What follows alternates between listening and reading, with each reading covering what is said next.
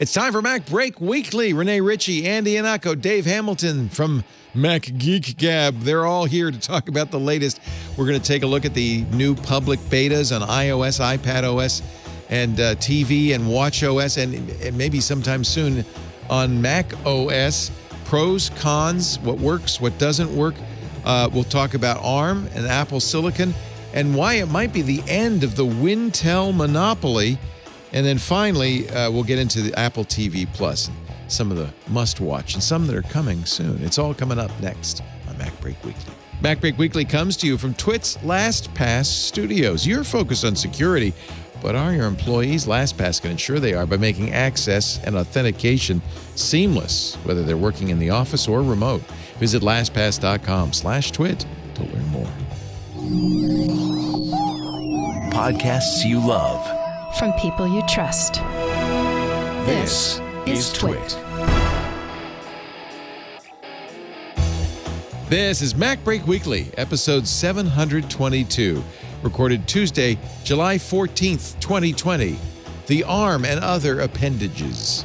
This episode of MacBreak Weekly is brought to you by Lastpass. Give your IT department a break and supply them with the tools that really protect your business. Visit lastpass.com/twit to find out how they can help you. It's time for MacBreak Weekly, the show where we cover the latest news from Apple. Joining us now from Montreal, it is the lovely and talented Renee Ritchie, youtube.com/Renee Ritchie. Hello, Renee. You make me feel so good, Leo. That's why I'm here. You look great. Thank you. You're carefully groomed. I'm trying to survive this, Leo. You've got all this. You've got your Zoom shirt. I'm sorry, your Zoom hoodie on. You're ready to go. Ready to run. Good to go. Looking forward to this. Do you go out and how do you Pokemon these days? Do you go out in the park and do it? I don't because, I have it on a separate phone, but iOS 14 still crashes Pokemon Go at launch. Oh. And if it's not on my main phone, I don't do it as much because I contrary to what Andy Ihnatko would have you believe, I am not that guy with 16 phones on my bicycle. That's not how I roll. That's not what Andy tells me. Andy Ihnatko from Ihnatko.com and WGBH Boston. Hello, Andrew. Oh, Renee, please just let me have that mental image and that fantasy of you just having this wall of glass in front of you and just being it's for Clash beard getting longer and longer, fingernails getting longer and longer, except for the fingers that you operate the phones with. I think the Pokemon Go guy actually the Pokemon Go grandpa has expanded his phone thing. I think he has 64 phones on it now. You want to see? It's amazing. It's like Game of Thrones. That's like the Pokemon Go Dreamliner. That's great. By the way, that's Dave Hamilton, the Mac Observer, joining us. Hey, Dave. Hey, thanks for having me. It's good to be here. Good to have you on the panel. How did you like WWDC? I know normally this is a big deal for you to go out and have a fun time in Cupertino. Did you miss that? I missed getting to see everybody in person, but I miss that every other day now too, right? So right, that's normal. Just more of the same, yeah. But I mean, I actually kind of liked the well-produced keynote is something I very much prefer over the let's do it live because they didn't have to spend as much time rehearsing, so they could spend that time producing and crafting and delivering the message efficiently. Like they were able to cram a ton in. Yeah. So I like that. The sessions, again, so much more efficient. So I feel like there's some things that have happened here that I hope will continue forward. Again, I enjoy getting together though, so I hope we get to do both. We could probably separate the events though, like have an informational WWDC that's online and then have a social event that's not. They don't have to be tied together. No, but would people travel? I mean, some of us would if we knew that the rest of us would travel to a city to get to see each other. And like I say, remind each other that we're human. Even back when we were doing Macworld Expos, I always said that all of my valuable work happened after the show floor closed, at parties and dinners and where I, got to, like I said, just remind each other that we're human. Yeah. So I would like the opportunity to continue to do that. This is fine. But it's not the same. So, but we can't do the other now. So this is as good as it gets. So iOS, anyway, welcome all three of you. iOS 14 is in public beta, which means a vastly larger number of people are using it, including me. I had avoided the developer beta, but I thought, oh, everybody seems to, you and Andy and Alex and everybody seem to be, Lori seemed to be getting along fine with the developer beta. And the public beta has been pretty good, except for a few cases like Pokemon Go. My bank, USAA, when I first launched the app, said, you're using a jailbroken iPhone and wouldn't run. Then today it said, you're using a jailbroken iPhone. Do you still want to go ahead riskily? And now it's just going, okay, I give up. And the Facebook SDK went down again, and everyone got so angry at iOS 14 beta until it was pointed out that the Facebook SDK was. Again. Please stop using that. Please stop using that. But I have to say, there's pros and cons. Overall, I like the widgets. I would say the only complaint I have is that unlike Android widgets, they're not live.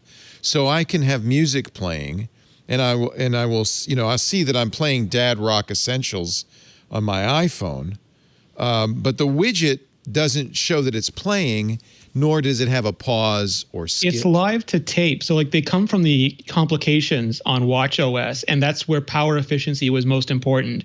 And these are all SwiftUI widgets. So they've kept that power efficiency. So basically the app writes a stack of images on a timeline and sends them to the widget. And the widget, displays that picture. And if a new one comes up, they can interrupt the stack, or they can inject into the stack. Or if the Siri suggested one thinks that the calendar is more important because you have something coming up, or the reminder is more important, or your music's changed, it can force the stack to update. But they're trying to do it. They brought it all over from the watch, and I think it's sort of like when they redid iWork with the iOS engine and then had to re-add all the features, that they started with a blank canvas and there's no interactivity to speak of yet. Android widgets have that. I guess if you're saying, well, but you're going to get better battery life. Okay, although I note that a number of people are complaining about the battery life in the public beta. It's got a bunch of debug code. But the worst thing is you can't have pcalc. You can't have any of the to-do widgets. You can't have anything that required button interactions inside the widget itself. And to make matters worse, to give James Thompson a paper cut and pour lemon juice on it, the very beginning of the session says, widgets are not mini apps. And I just immediately texted him and said, do you feel attacked? Because his are, quite famously. Yeah. That's too bad, because the more useful they make these widgets, the more adoption they're going to get. And so if they just become, hey, look, here's a way to put a picture on your home screen, then it's going to be, okay, that's nice. But then there are a lot of features that people will use for the first week or two and then realize that they're not using and then just simply fall out of the habit. But something like here is when your Uber is coming. Well, okay, that's going to be inapplicable for at least the next year. But that's the sort of stuff I'm talking about. These things that are interactive. Just here is one actionable button to say let me get a quick calculation, or better yet, let me swipe right on my home screen to get at my scheduler and my to-do without having to dip into another app with the full interface. It's useful stuff. And the example I gave was the most obvious: play, pause, music. My God, I mean that's come on. Well, and Andy's point about, we're not going to have that for another year. Apple's cycle means that what widgets are today, the iterative design, if anything changes, is going to be very minor. Adding true functionality to them wouldn't be until iOS 15 now at best.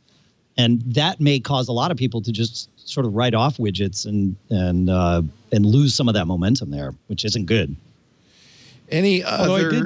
By the way, the clock icon is live. I don't know why you couldn't make a clock. Well, they did the second hand for a while. I did a show with Matthew Castellini,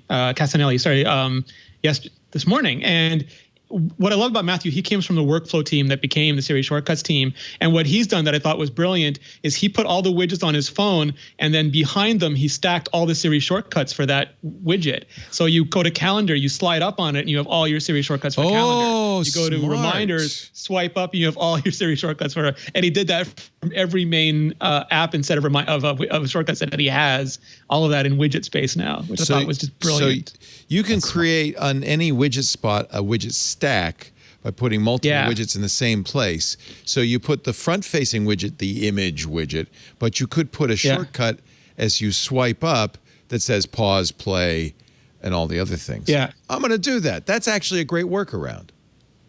And he's changing his watch face based on shortcuts now, based on time and location. So it's like after 6 o'clock, his watch face just automatically changes. That's a feature I don't know about because I still am not brave enough to put the new watch OS on my watch. Given there's no going back. You're brave enough to put it on your daily driver iPhone, but your watch, which is a fairly, that's because you can't restore your watch. I can restore this. If this is a nightmare, I could plug it in and go back, but I can't do that to the watch. I guess that's true. Right? No, I totally get another watch. I'm the same way. Just get another watch. A few months. I'm totally the same way. Just get another watch. Day and night watch. I do want to know if I've washed my hands enough. I have to say, I really need that. And I want to be able to dance and get credit. That keeps going on while I'm doing dishes. Like I'm doing dishes and it's like 17 more seconds. I'm like, the plate is done. No, that's 17 annoying. more seconds. That's annoying. I don't know. Andy, do you have a phone that you can try iOS 14 on, or are you doing it on the iPad? Yeah, I have it on the iPhone. I don't have the beta on the iPad, but I have been playing with widgets. I have been trying to a lot of the new stuff and shortcuts I really like. So I've been trying to dig into that. I'm pretty happy. What I'm most happy with is just that for some reason it just seems a little bit tighter. It seems a little bit cleaner.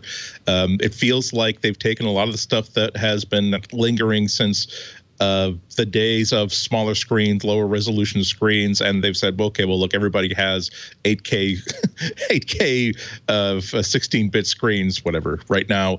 So let's make sure we don't necessarily have to make notifications quite as we don't have to make sheets as intrusive as they are right now. So I'm liking it so far.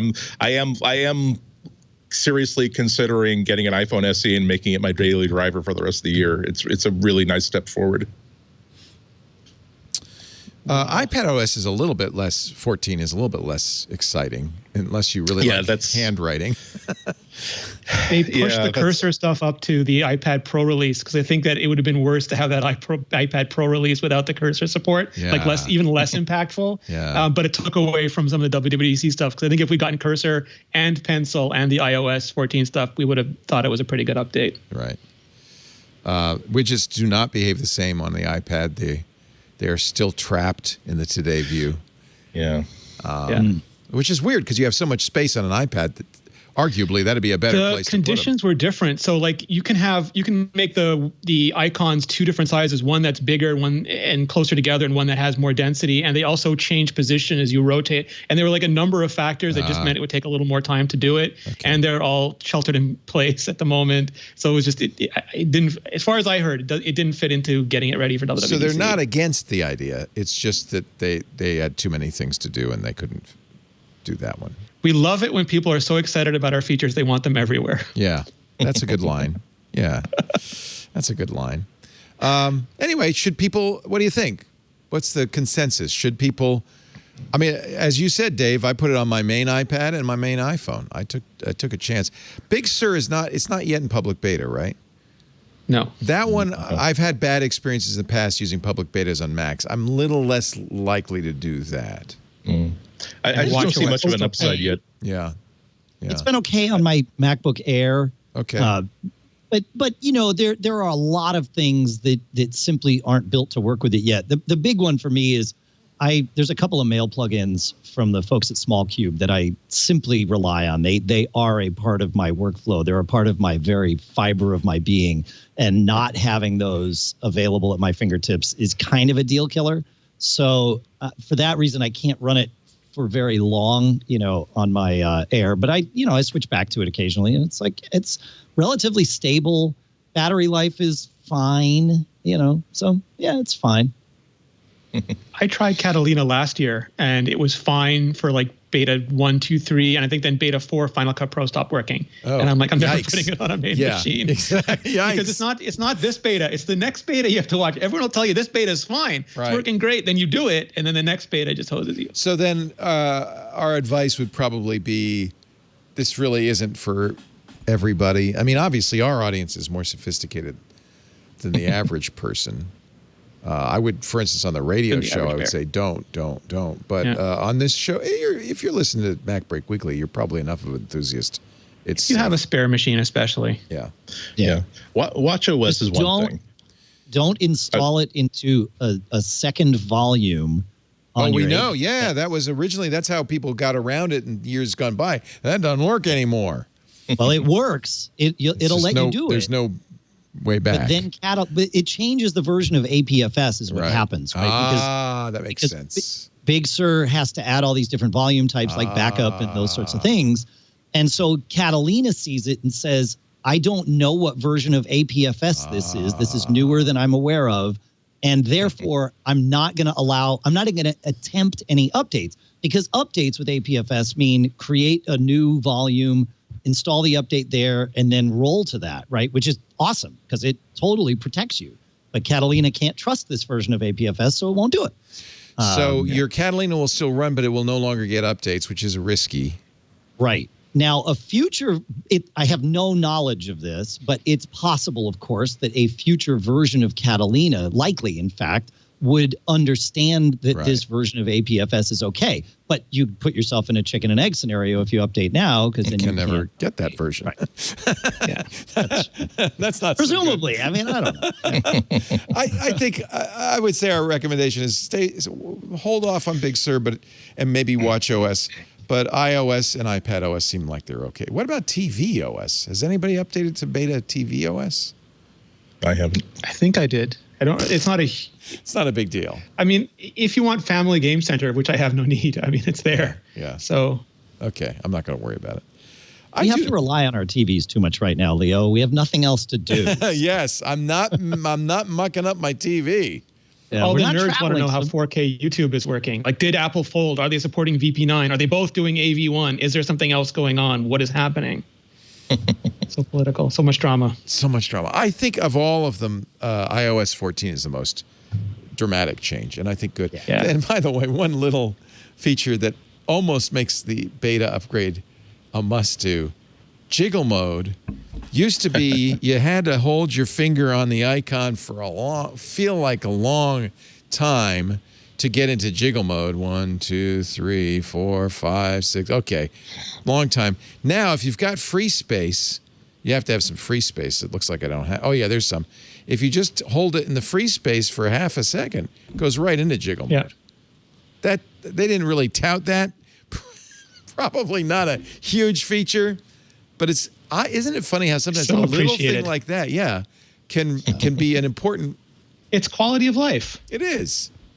Those 4 seconds matter. Yeah. Well, we're impatient. Yes, we need them. I'm very impatient. Yeah.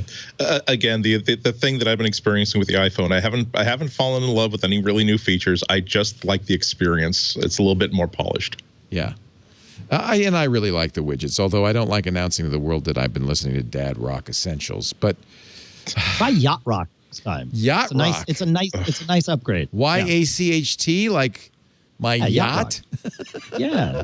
So you can hear like Brandy and Dancing in the Moonlight. Oh, I do like that. The other thing I really like is the featured photo. I love having a rotating photo, but I don't know how the hell you get something into or out of featured photo in iPhoto. I don't know. And mine was trolling me. It was showing me these wonderful pictures from WWDC Past for the entire week. I'm like sitting here at home and it's showing me San Jose, like standing with Lori at the podcast center and, having coffee. It was the worst. Oh, I thought, Renee, you would have a fix for me. Yeah. So you don't know. It's the way photos work. It's the memory system. Yeah. But I don't know how to hack it. Like, I don't know how to tell it, like to enforce my will upon it. Well, I'm afraid it's going to put something in there I don't want to see on my front page. Mine is the repeats. It's like it's put stuff on there like it's like a picture that is meaningless to me like 8 times over 3 days. And I'm like, I don't know why you're there. What are you doing to me? Why can't I banish you? Yeah, I mean, it's fun though, and this is my new thing anyway. In general, I have the Google Nest Hub Max photo frames, and I just love it that I can have around the house slideshows, because I have taken over the last 20 years, all the digital photos I've taken are in there, and either in Apple Photos or Google Photos. So it's really nice to have these random selections show up. Yeah. It's fun. Yeah, it'd be better if it were a little less random. If you could point it to an album and simply say, here's my wallet. Here are the pictures I keep in my wallet. Because you're right. It's not so much. It's like there are times where like I'm taking a burst of photos and like I lower the phone. And I was like, oh great, here's a blurry picture of the ground. Or there's sometimes where, oh wow, good, a picture of the parking of the sign in the parking lot in the hospital, so I would remember where I parked while visiting my aunt who's dying 3 years ago. Thanks. I wasn't thinking about that at all. Like, it wants to be serendipitous discovery, so it doesn't want to constrain you to what you want, because then it thinks you won't get what you need. But give me a toggle. Let me, like, if I don't enjoy serendipitous discovery and having these memories, I Uncle Bob from 19 years ago, so great. Let me just have my favorites. Let me have the safe favorites would be the obvious, right? Yeah. Why doesn't it do favorites? Or just a toggle. Just a toggle. Yeah. Beta. Send your feedback, Leo. Yeah, that's something easily fixed, and probably will be. Yeah. Probably by iOS 15. Well, that's. I mean, they don't generally make those kind of feature additions throughout betas. They could, but that's my question. How in stone is this? Is this a test version of the final version, and they're not going to? The earlier, the better. Okay. Like beta 1, beta 2, get your requests in now, because come beta 4, beta 5, they'll be in like showstopper fixing. So it is conceivable you could get a feature. You're more likely to get a bug fixed than a feature, but it's conceivable that you could get a feature request. It depends on the complaint volume. Like, remember they've changed the width of fonts because people have complained, stuff like that. It's true. I hate this font width. Well, it was bad for legibility. Like, it was so thin, it was like people could not read it. Actually, that's one of my problems with Apple News, and I don't know what to do about it. I don't know if maybe I have Zoom turned on, but I can't read a single headline. It's always, you won't ... Yeah. YouTube is like a third-party developer could solve that photos problem, though, right? Because they could make a photos widget. Could make a widget that allows you to select where it comes from. So that's sort of a solvable problem, and more likely to be solved, at least in the next year, by someone other than Apple. Widgets aren't hard either. Maybe I should take that on. The hard part would be talking to photos. Leo, the widget maker. I've been playing with it. In fact, one of the cool things, just a little tip, in the that last page where it makes an app library out of its own folders. If you have any of your own apps on the iPhone, it'll actually give you. See, I have a Leo Laporte folder. It'll actually give you your own folder. So make your own apps, kids. That way you'll have a folder. But when you make the app, make sure that you identify yourself properly. Don't just say some doofus, because then you'll have a some doofus folder. It's all in Xcode. That's a feature, not a bug, Leo. It's all in Xcode, kids. It's not the com dot thing. It's the full name of the company in there. So make sure your company name is what you want to see as a folder. Just a tip. Let's see, what else? Did you read Jean-Louis Gasset's Monday note? So I thought I was overly effusive about the shift to Apple Silicon until Jean-Louis weighed in, former Apple president, way back when in the pre-Steve Jobs return era. Apple Silicon, he says it's the end for Wintel. Oh, honey, I kind of disagree. That's. We're just so glad that you're excited. That's. I'm not sure I disagree with him. I'm not sure. The thing with the point I feel is like it might, like, it's not Wintel necessarily. It might encourage Microsoft to do a better job of Windows on ARM. It might encourage Dell and HP to make more laptops with ARM processors because they want some of the characteristics that ARM delivers, like longer battery life. But it's very different. Like, a lot of people keep saying Mac on ARM, and it's really not that. Like, ARM is a tiny, tiny sliver. Right. Apple's not even using ARM cores. They're using an instruction set as part of a massive SoC with a lot of other components. And it's that's the important part. And I don't think Apple will just we want better displays. Yeah, I don't think you can compete with that because Apple makes the whole stack. So they have two big advantages. One is they're not a merchant silicon provider, which means they have no profit per loss per chip. They don't have to sell chips, and that's a whole different business.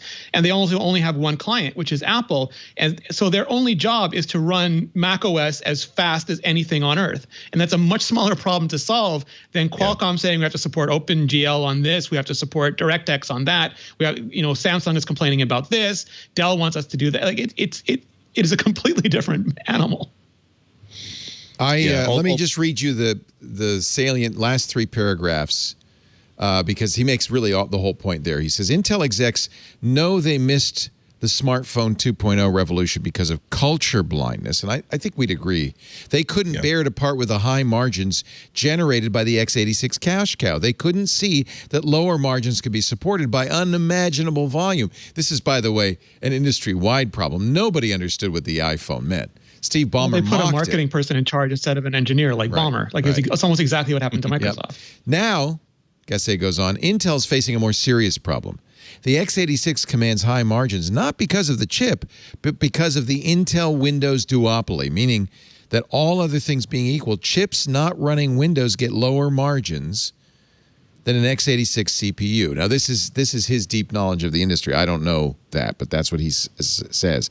Now, that union, that advantage, the Wintel duopoly, is about to disappear. Intel will face ARM-based SoCs running Windows on ARM with applications in PC-like quantities at lower prices. That leaves Intel with one path. If you can't beat them, join them. He says, and I've heard others say this too, Intel will retake an ARM license. It sold its ARM-based X-Scale business to Marvell in 2006. It was a flop. That was their attempt to do mobile. And come up with a competitive ARM SoC offering for PC OEMs. In other words, Intel will get in the Apple business. They'll say, all right. On what process, though? I mean, like if they could do a good process, they wouldn't have half the problems they have with x86 chips right now. Yeah, I mean, there's a technical issue, but then he also says margins are going to suffer because the ARM-based SoC field is already filled with very sharp competitors like Qualcomm and NVIDIA. He hasn't seen Qualcomm's margins. Right. Not so high. Qualcomm makes its money on licensing, not on chips. Yeah. Well, but they're charging a fortune for their 800 series this year. Oh, are they? Yeah, the new one. Yeah. Yeah. That's right. In fact, a lot of phones are going, oh, I can't run an 865. Yes. That's just too expensive. Or their prices are going through the roof. Right. And I don't think the market's going to bear these phones getting well above $1,000. So he also says, watch out for AMD doing the same, ushering in and this is the important part, a new era of PCs based on ARM SoCs. And he says that's a problem because Intel's margins will be much lower there. So that really hits the business bottom line. It's not that Intel couldn't do ARM SoCs, they just can't get the margin that they're getting right now with the Wintel duopoly. I don't think he's far off on that. That's an interesting angle that I hadn't really thought about. Even if Intel, you raised the real issue, Renee, even if Intel does do that, are they going to be great products? Probably not. Well, the duopoly part is maybe salient. Like if he's only saying the alliance between Intel and Windows is what's a problem, then that probably is true because people won't be as dependent on that. Even now, AMD is getting huge buy-in because they're doing such good work with Threadripper and everything. So that's already under assault. This probably adds to that assault, but I don't think the separate. Maybe I was misreading. I don't think the separate parts are as problematic. He says, it's not that they're losing Apple. That's 7% of the PC market share. It's not a big deal. He also says Apple's a pain in the ass to Intel. They make demands and complaints way out of proportion with the amount of revenue. He says losing Apple's more symbol than substance. However, the impact on Intel and the entire industry will be felt beyond Apple's small share on the PC market. And I think that's the really interesting thing. And you raised that. This isn't Apple on ARM. This is Apple SoCs, systems on a chip, that potentially, because of Apple's tight integration with the hardware and software, could make a Mac be something so well beyond any other PC that, especially with low power. I mean, well, like the MacBook Air, I mean, it wasn't just the MacBook Air and they were working with Intel, but that defined a generation of Ultrabooks, and Intel made a fortune off everything that spun out of Apple being so demanding and such a pain in the butt over that one computer. Good point. And that's going to happen with Apple Silicon now, not with Intel. And really, you could say, well, AMD Threadripper, but that's not the laptop market. And the laptop market is so much bigger than the desktop market. The laptop market, you want a high performance for power ratio. Yes. And that's exactly what this Apple SoC could deliver. Like a 12-inch MacBook with an Apple Silicon would be able to do 4K. Yeah. Like it would be able to render 4K, which you can't do with Intel. Get 20-hour battery life. Yeah. Without a fan. Because they're crazy about stuff like that, right? Like, I mean, that's the thing. So yeah, you're right. Intel loses that overly demanding customer that allowed them then to go and sell what they had to develop for Apple to everybody else. Yeah, fair point. So, well, maybe it is premature to declare the death of Wintel. It doesn't look good. But yeah, also, it's what Renee brings up is that this is something that Intel and even AMD can't deal with. If Intel were to manufacture an entire notebook from start to finish, they would be in with a chance. It's the integration, it's the level of being able to select every single component that's going to work efficiently with this CPU, with this GPU, with everything that's going to work together. They do build some hardware, they do build NUCs. They also build a lot of specifications. A lot of times, every time you see a brand new laptop or brand new desktop or brand new form factor, it is actually Intel saying, here are the ingredients that you need to build a system like the one that we've just deployed. Remember that the dual screen with a hinge in the middle of it, it wasn't just an idea that Microsoft had. It was actually prototypes that Intel was showing off to people, to manufacturers, saying, please build this. We think it's a cool idea. But because they can never do that level of integration, just again, Renee made a really good point. It's not just the CPU. It's not just plug out the Intel, plug in something else, and boom, Bob's your uncle. It really is, we get to build everything all at once as one holistic whole, and that's the sort of thing that no Windows machine can compete with. Do you think it's a nice? I think it's a very nice balance of power against what Apple can't compete with, which is, thank you, but you only make 6 different computers and none of them are suitable for our hardware requirements. We're going to have to go elsewhere or build our own. Yeah, I mean, obviously. Now, there are plenty of other contrary indicators. One, we don't know if Apple can execute. I mean, there's a big question mark. That's true. We think they can. It seems pretty clear they've done so well with their iPhones and iPads that they probably can. So I think that's a low risk thing. The other thing that maybe is a bigger risk is you cannot throw away the power of marketing and the willingness of people to buy crap. So it may well be that Apple offers this amazingly great combination of features, and it doesn't in any way impact Wintel. That they just humble. Yeah. I don't know why people buy Windows machines today. It baffles me. They're demonstrably crappy. I wouldn't say crappy. They just suit a need that Apple isn't filling. Yes, there's a hole. And also, that's right. There'll always be that hole too. Yeah, and also, I think what's great about Apple is that they don't make rental cars.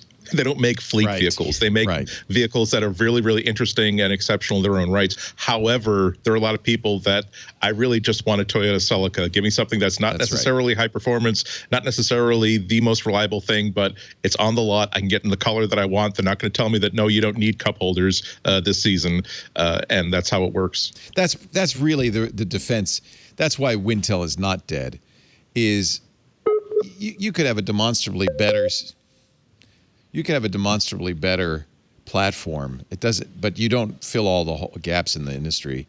You don't make the fleet vehicles. So there's plenty of room for Wintel to survive forever. Gamers, there's a lot of places it can continue. There are still a handful of people who really like building their own computers with rotating LED fans. Those people and Regedit. Water Don't cooling. forget Regedit. I'm not going to give up my Regedit. Yeah. Well, I mean, Windows is such an awful operating Big Sur? system. I feel so sorry for people who are using Windows because Microsoft can't code their way out of a paper bag. It's just awful. I wouldn't say awful. I would say, again, mediocre. Mediocre, but that's awful. Mediocre in your operating system is awful. Well, no, I mean, okay, and it's you're right. It runs. The old MacBook keyboard was awful. The current one is mediocre. Yes, I'm saying that it's usable. It's fine. It serves. That I think one of the key differences though is that. Even though the Mac has its share of boring, productive software where how exciting can it possibly be? It's just here to serve a function. I think that the Mac and iOS apps, the developers are more sprung towards let's find a way to make this a little bit more elegant, or let's find a way to, we've got a successful app, let's find a way to sneakily make it better, as opposed to let's tread water and make sure it's compatible. So that's one of the reasons why the Mac shines a lot better. Once again, I try not to take my eye off of the people that, look, I'm not excited. I always use my own relationship to cars, that I don't care about cars. I want a car that's reliable. I want to get in there, turn the key, it goes. I want to find a place to park, and that's really it. Whereas there are other people are going to say, "Oh my God, I can't believe that you think the Ford Crown Victoria is a cool car." I'm saying it is cool. It's simple. It's easy to repair.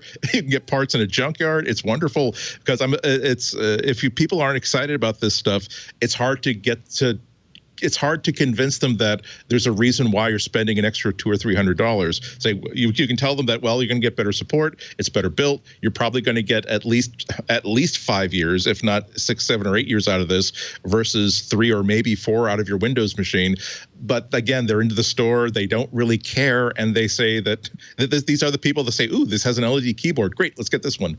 Truthfully, it boils down to one word. It's this: Wintel will survive for the same reason Android will survive: choice. That's the one thing that Apple can't offer is choice. Right. Yes. Yeah, and it's more. Line is limited. Say again, Dave. Yeah. Apple's product line is intentionally limited, right? They know what they want to sell you, and they know what you need, whether you believe them or not. Right. And for most of us, that's actually okay, right? Like we take what Apple decides to deliver to us, but there are folks out there, like you said, that want choice. They want specific options. They want to dig in and do things and control things in a way that Apple simply doesn't allow you to do with the way they build their hardware and software. And so, as we've said many times, but bears repeating, Apple doesn't care about market dominance. Apple cares about revenue dominance. Profit, yeah. So they're not trying Profit to become share. a 95. In fact, it would be a bad thing for them to become a 95% market share operating system. They don't want to, they don't want that headache. They just want 95% of the revenue. Well, the characteristics of a business that captures that much market is diametrically opposed to the characteristics of a business Apple wants to be in. Yes, they don't want a mass market product. Period. Yeah. Also, it is what drives them, is their passion, it's what they're good at. That when I look at the industry as a whole, there are a lot of companies that are very, very boring, but they're doing impressive things. Like Apple is the restaurant that is exciting. Everybody talks about it, and every meal is exceptional. However, this kitchen is not capable of feeding 2,000 people a day. Exactly. Whereas Dunkin' Donuts, they need to.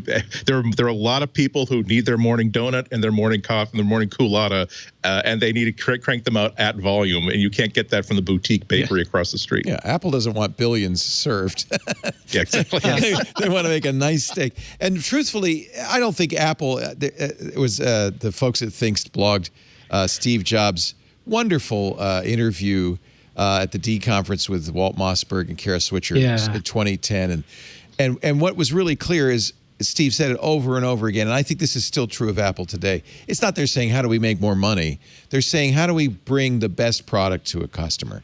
We want to make the best product. And that isn't a mass-produced product. That's like the chef in the kitchen who's saying, I want to make the perfect steak. I don't want to make a billion hamburgers.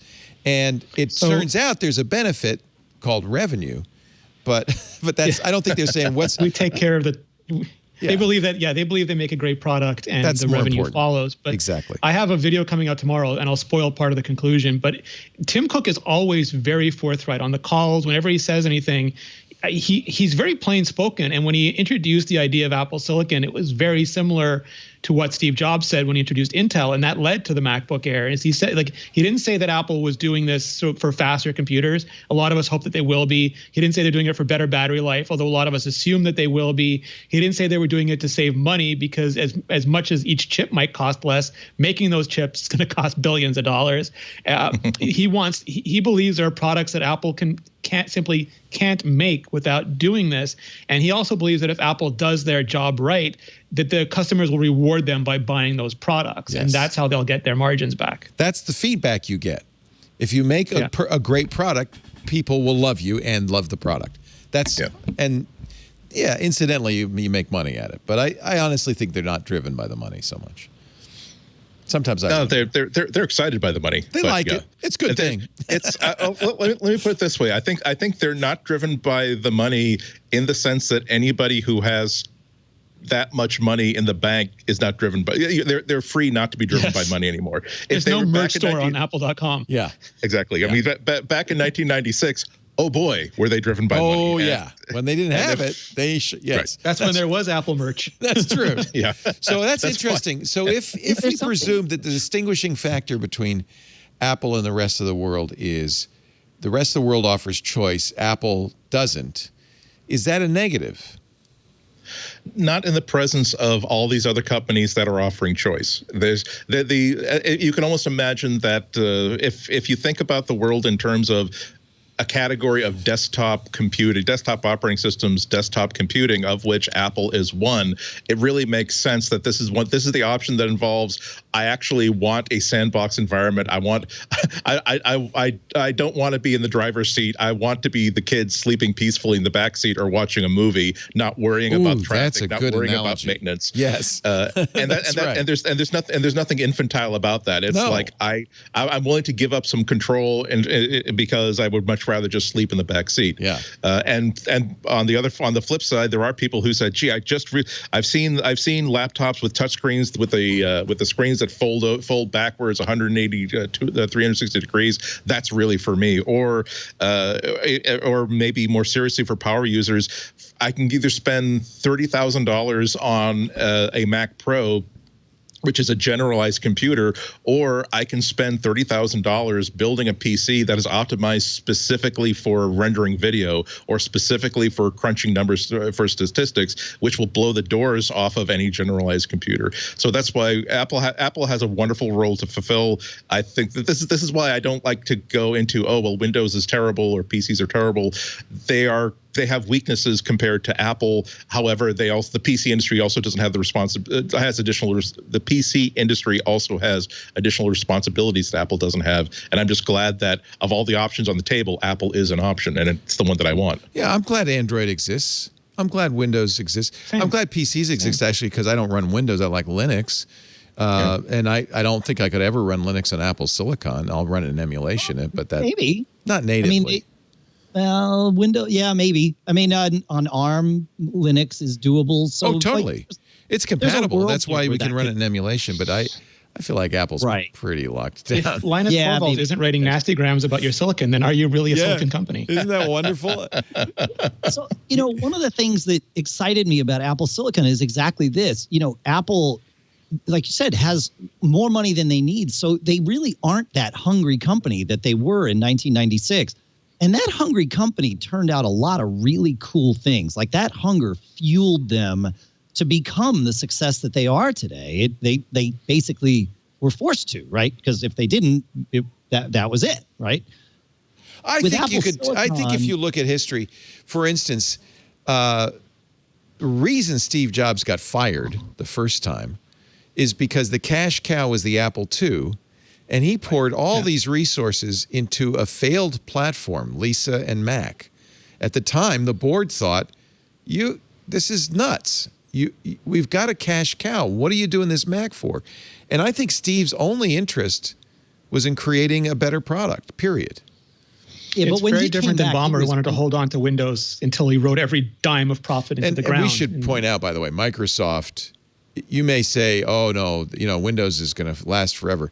But Microsoft's business strategy is not relying on Windows by any means going forward. Not anymore. Yeah. But when Steve came back, he was driven to make that company survive, and that meant generate cash now, right? Figure out. He had to. They were down there the last 100 million. I mean, they didn't. Yeah. Yeah. But what's cool about Apple Silicon to me is Apple, they're in this comfortable position. They aren't necessarily money hungry. But now they've got to protect their brand. They've got to protect their egos, right? Like they've made a big gamble here of saying we can do it better 100% ourselves. And now they've got to show us that they can. I think they can. I don't think it's going to be a problem, but I think they're aware of the gamble that they have laid on the table here. And I think that's a good thing. It's a Yeah, big I think gamble. but I think it will be the thing that drives them. Yeah. And that's It's good to have a important spur. me to Yes. Exactly. Yeah, in fact, maybe they have been too comfortable with the success of the iPhone. That's the innovator's dilemma, where you have this incredibly powerful platform driving their market. I think that's the case that Benedict Evans made, saying that they had shifted from a push strategy where they were letting the iPhone push the other products to a pull strategy, or maybe it's vice versa. They were letting the iPhone pull. Neil Seibart said that. That's right, in Above Avalon. They're pulling the iPhone was pulling the other products along like a little choo-choo train, and now all the products are pushing equally into this new world of Apple silicon. They spent like a decade building up the iPhone as a platform, and now they're using everything they built for the iPhone as a platform to build the next 10 years. But that's what you do when you're super interesting. If you're playing Monopoly and you're down to your last buck, you can't start building houses and hotels. Your first job is to get the money up so that you can do that. I don't think Apple ever lost the vision, though, to their credit.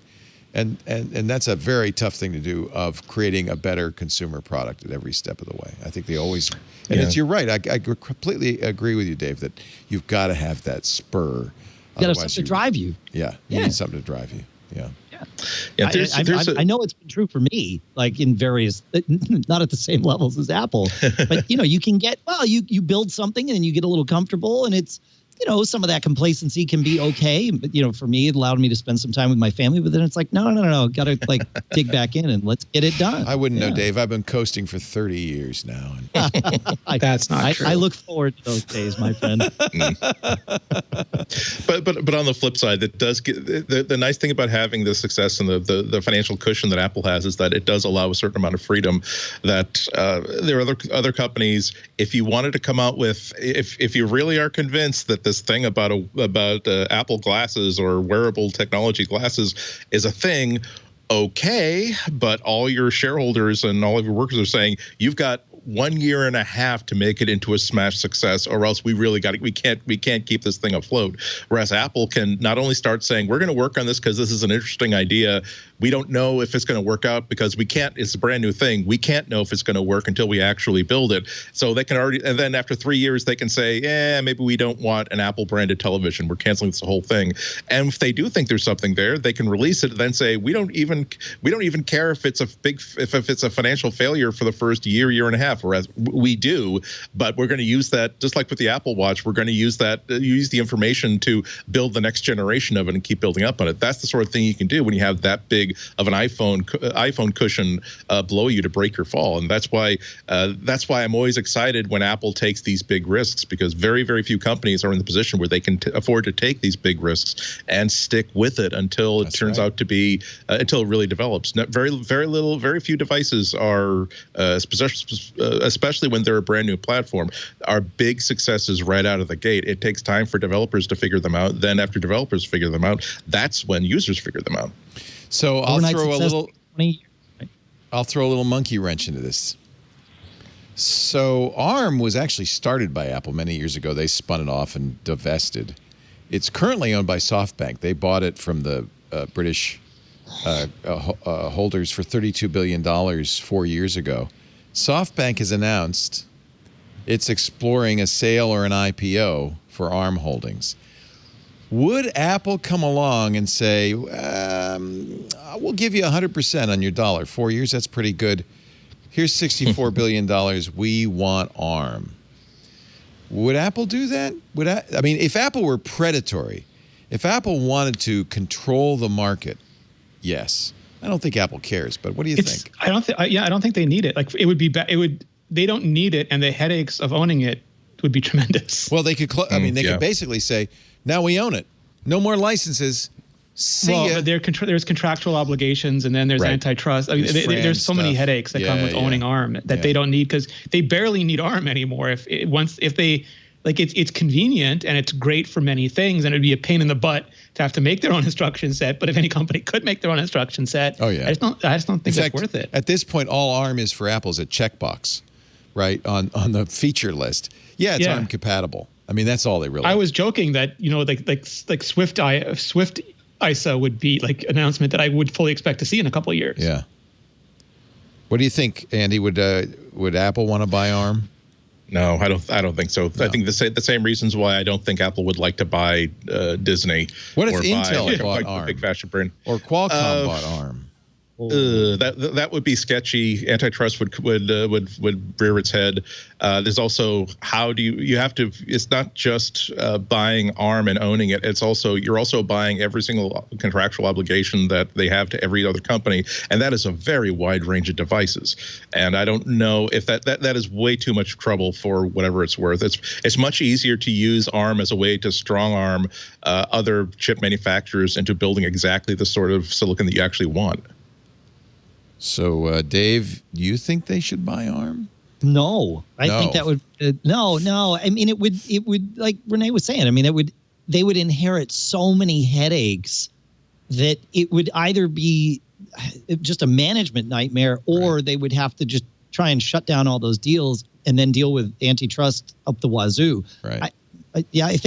I think they are very interested in seeing what happens to this here, because it might mean that they need to accelerate their path away from ARM and develop their own instruction set. But other than that's interesting. So it really isn't even a tactical threat that maybe another competitor would come along and snap it up, because if that were to happen, they didn't notice they didn't really use the word ARM. And you have so much notice. Like Apple is probably going to, I expect they're going to go to ARM v9. One of the first people to go to ARM v9 when they released Mac Silicon. And it's taken a decade to go from ARM v8 to ARM v9. And I don't think there'd be an ARM v10 anywhere sooner than Apple could make their own instruction set anyway. You know what's cheaper than spending $64 billion to buy ARM? Spend a tenth of that and get the engineers. That's it. Yeah, but they might even have the engineers they need. I think they have a lot of them already. I don't even know that they need to spend $6 billion to do that. There are many other ways, most of them better, to solve this problem. Right. Remember, it's not really a problem. It's not a problem. We have to remember that Apple is not moving to ARM; they're moving to Apple Silicon, and it's all about building something, not taking an off-the-shelf CPU, but building something that really, if you took it out of a Macintosh or an iOS device, it just would wander the streets alone and bereft. It just doesn't make sense outside of what it is. So even if Apple were to buy it for the engineers would have to spend 2 years learning how to build an Apple CPU. True. Yeah, I could see maybe Samsung, or I could see somebody else looking to acquire it. Maybe even Google. There was this savage tweet this morning from Ice Universe, who's one of the well-known Samsung leakers, and he put up a little diagram saying the world told Samsung to change the gap between Qualcomm and Samsung. Samsung said okay, and it shows Exynos even lower down. Compared to Qualcomm. And that breaks my heart, because I want to see, again, Qualcomm's costs are so high that whole industry could stand a lot of competition. Yeah. Boy, it's hard. Or just one CPU with a name as cool as Threadripper. You walk Cortex. into the showroom. It's like saying this. This car has a standard V6. This one has a V6 with a Hemi. Like, okay, don't know what that is, but here's my checkbook. There's a good example, though. If you don't have a lot of cash, the choices AMD had to make between developing Radeon into a better GPU or making a better desktop processor, they put their resources into the latter. Yes. And fell behind in graphics.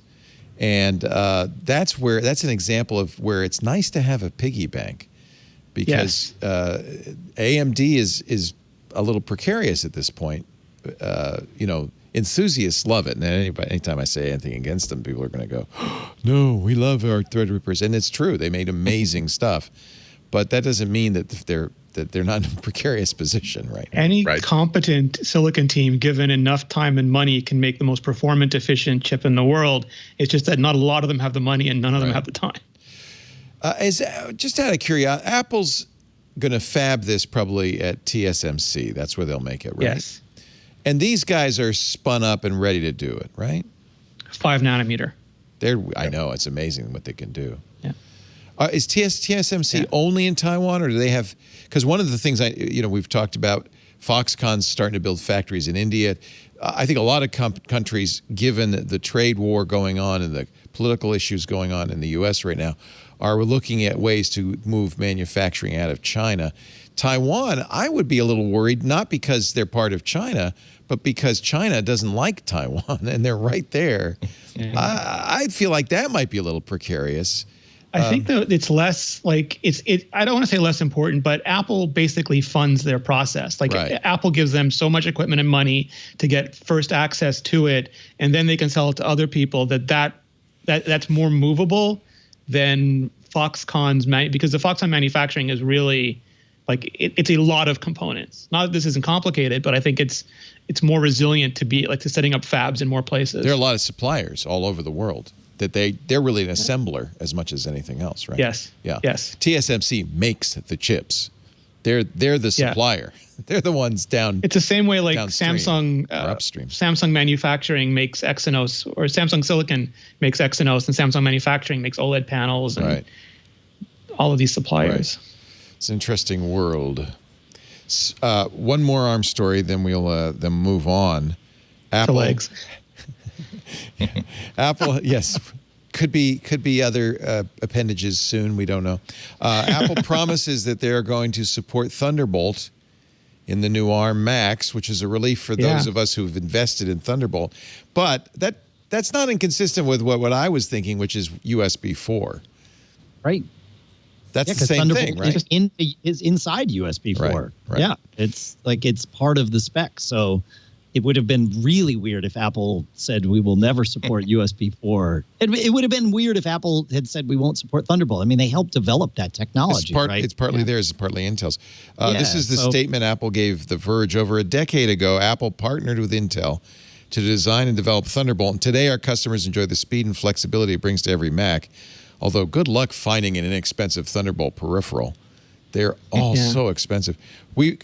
Continuing with the quote, that was me, not Apple. Man, they're expensive. We remain committed to the future of Thunderbolt and will support it in Macs with Apple Silicon. They didn't. Now that leaves room for saying, well, yeah, what we mean. I got the same statement for what it's worth. Okay, so I'll give you credit.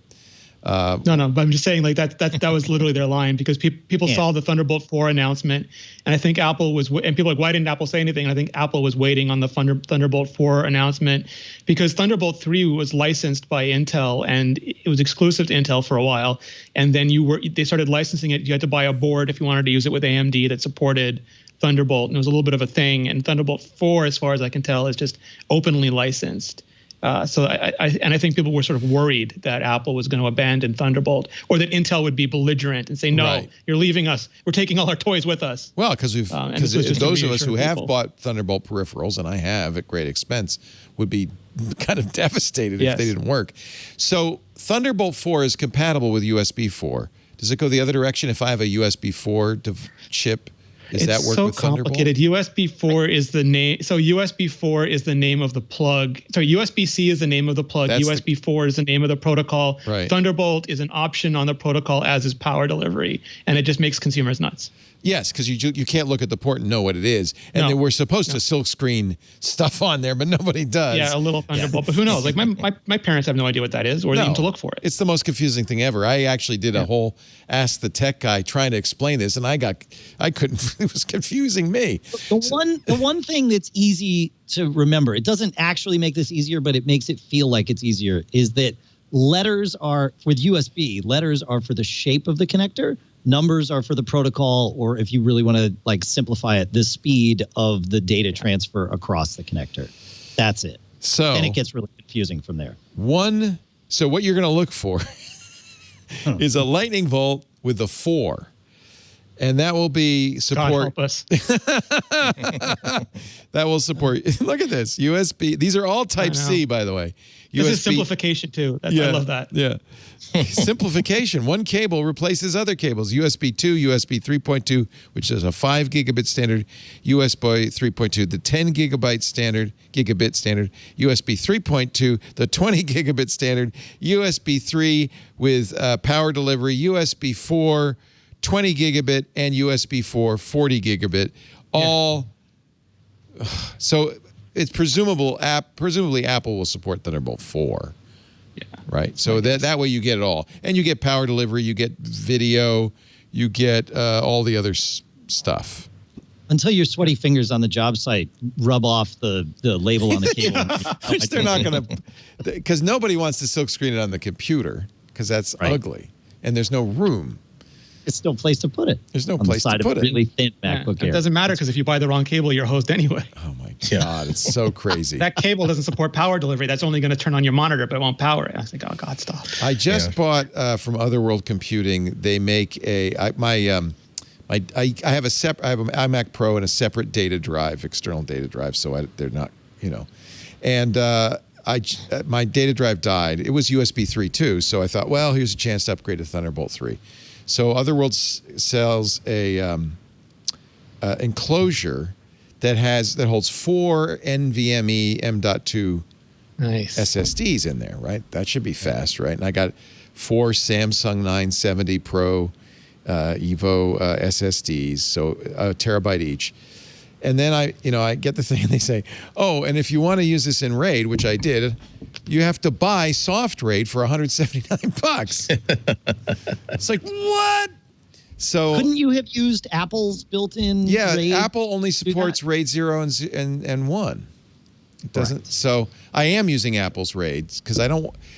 One other thing about soft RAID, you have to turn off the security extensions because Apple won't let you install it otherwise. So you have to go in and make your whole machine less secure to run this third-party driver at $179 so that I could use it as RAID 5. So I'm using it in Scary RAID, which Disk Utilities supports RAID 0.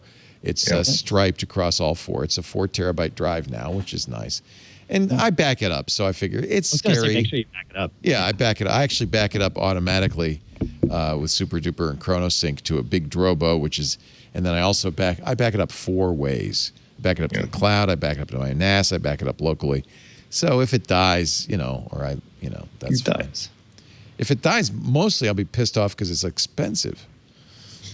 But the good news is that'll work with my new Apple Silicon Mac, right? Yeah. As long as it's not the developer KISS. Oh, crap. Really? That doesn't support Thunderbolt 3? There's no PCIe lanes out of the iPad chips. Oh, interesting. Well, no wonder people were worried. Correct. Yeah. That's why that's what got people worried. Yeah. Oh. Exactly. So they will. Like, wait a minute. Yeah. It will definitely. Okay. It's not your Mac anyway. You're just borrowing it for $500. You're renting it. Yeah. Anybody gonna get that? I thought, oh, I should do this, and then I said, well, what's the project you're working on? Well, it's this little Leo Laporte icon I have on my. I don't think they would. It's for a folder. It's a folder. Library. I wanted a folder. Yeah. That's my project. Yeah. If we were gonna do it, we couldn't talk about it, Leo. Oh, really? That's NDA'd, huh? That's what I hear. Oh, okay. I know you don't because you would never. But good to know. Okay, so that's another reason why I didn't do it, because I wouldn't have been able to talk about it anyway. So what's the point? I know you're not supposed to benchmark it. Oh, all you have to do is look at Geekbench. You can see. People are doing it, but they're not announcing it. Well, those benchmarks are also run through the translation layer. Yeah, it's not even a good. It's emulation. Oh, it's an interesting. As long as you read it for what it is, it's actually a really interesting data point. Fast. It's pretty freaking fast. Yeah. That's Rosetta 2 at work. Yeah, that's good. Correct. Good news. Yeah. Yep.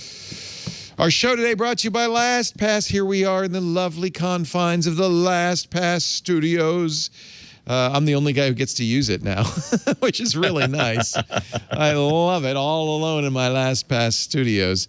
But we are very grateful to LastPass because not only do they buy studio naming rights, but they protect every entry point to our business. We sent employees home, right? All of a sudden, they got the keys to the kingdom, the logins to the bank accounts and the databases and the websites and all that stuff. That's a little nerve-wracking. Thank goodness we've got Lastpass Enterprise. We converted to that a while ago. It was just this is actually wild. I knew I'd been using Lastpass for a long time, practically since they came out. So that's maybe 12, 13 years. I can't remember. I know it's a long time because this is the 10th anniversary of Steve Gibson's Lastpass Security Now, where he talked to Joe Segrist, the author, looked at all the code. Joe shared everything with him, how it's being done, and said, this is great. This is done the right way. It's still being done exactly the right way. Of course, it gets better all the time.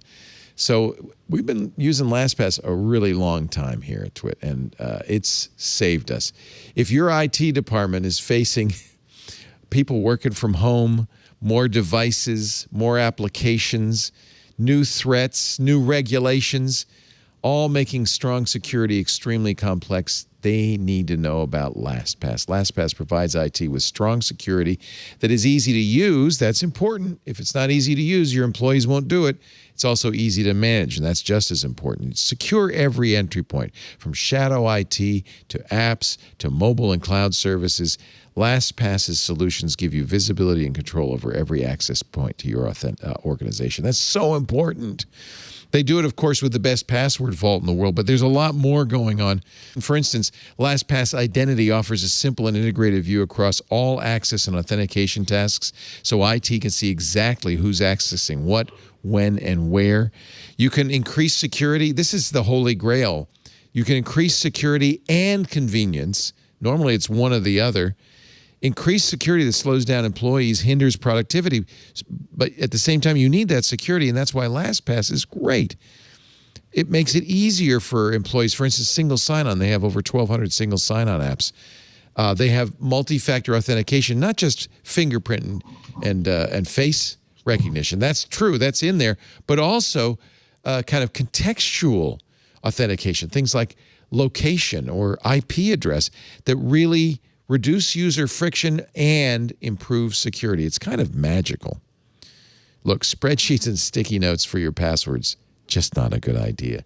And nor is emailing passwords to coworkers so that they can share a resource. LastPass lets your employees do their work securely no matter where they are, in the office or at home. They never transmit your master password. They don't have access to it. Data is only decrypted on device. It works everywhere: Windows, Mac, Linux, iOS, Android, every browser. They use 256-bit AES encryption. I mean, everything they do. PBKDF2, which makes it much harder to brute force, virtually impossible, and on and on and on. We love LastPass. That's why we're so happy to be partnered with them, and we encourage you, if you are trying to secure your business, to check it out at lastpass.com/twit. Of course, individuals too. Strong security, cannot wait. Now is the time. lastpass.com/twit. Find out how they can help your business stay productive and secure no matter where your employees are. lastpass.com/twit. We thank them so much for supporting MacBreak Weekly and all of our efforts here. These are tough times, and LastPass has really come through for us, so we really appreciate it. What about this rumor that Apple is making thousands of semi-transparent lenses at Foxconn? This comes from the information. Apple reaches new stage in development of AR devices. They're working with Taiwan's Foxconn technology, and they are in a pre-production mode, I guess. The information says, of course, Apple refused to comment, but the information says their sources say the lenses are at least 1 to 2 years away from mass production, as is, in all likelihood, the AR product. But you've got to ramp up production. You've got to make tests. You've got to get them to developers, and that's what they're apparently doing right now. Depends on how many thousands, doesn't it? Yeah, it's not millions. It's not. It's definitely a test run. It could mean they're making enough to test in-house. It could mean they're making enough that they could send some to a few close friends. It could mean they're just literally just testing the manufacturing process, and that none of these are intended to be really tested by anybody. So, according to a person familiar with the matter, the lenses had passed the prototype stage 2 months ago, and they've entered trial production, which would be how you would improve the process, make sure you can do them reliably and great, as you say, in great quantities, perhaps make sample units to send to executives or developers. We just keep hearing this drumbeat that Apple's going to do this. and they're going to do it in the next couple of years. I'd be interested. If they're saying it's semi-transparent, that does suggest that they're using some sort of a side projection, where you have essentially beams are going from left and right, and it shoots into the glass and then is diverted 90 degrees into the eyes. My big mystery with this project has always been, are they intending to do an Apple Watch in the eyeglasses sort of thing, where here is a notification, or here is something actionable, or here's a way to interact with Siri? Or are they intending to do something that is closer to augmented reality? And if it's the latter, it would be quite a thing if they were able to put that into a pair of glasses that don't make you look like, at best, Charles Nelson Riley, and at worst, like, I don't mind looking like Charles Nelson Riley. Geordie, I don't know. It's quite cool. Yeah. The lenses, this is the information. By the way, they're in what's called EVT, or the engineering validation test. That's when they start making a lot of them. The design is locked down, and they're now testing its suitability for mass production. The lenses use a polarized system similar to the technology in 3D movie glasses. Now, there's active and passive polarization, so they don't describe which. But that's what gives you stereoscopic, 3D imagery. The AR lenses are tough to make, according to the source, because they're composed of multiple, extremely thin layers of different synthetic materials, each of which is susceptible to bubbles, scratches, and other marks. They must be manufactured in clean rooms. And the person said, and this might confirm what you're thinking, Andy, the lenses are slightly larger than those found in eyeglasses typically. Slightly larger. There's so many problems. And again, you put a scratch in one of these things.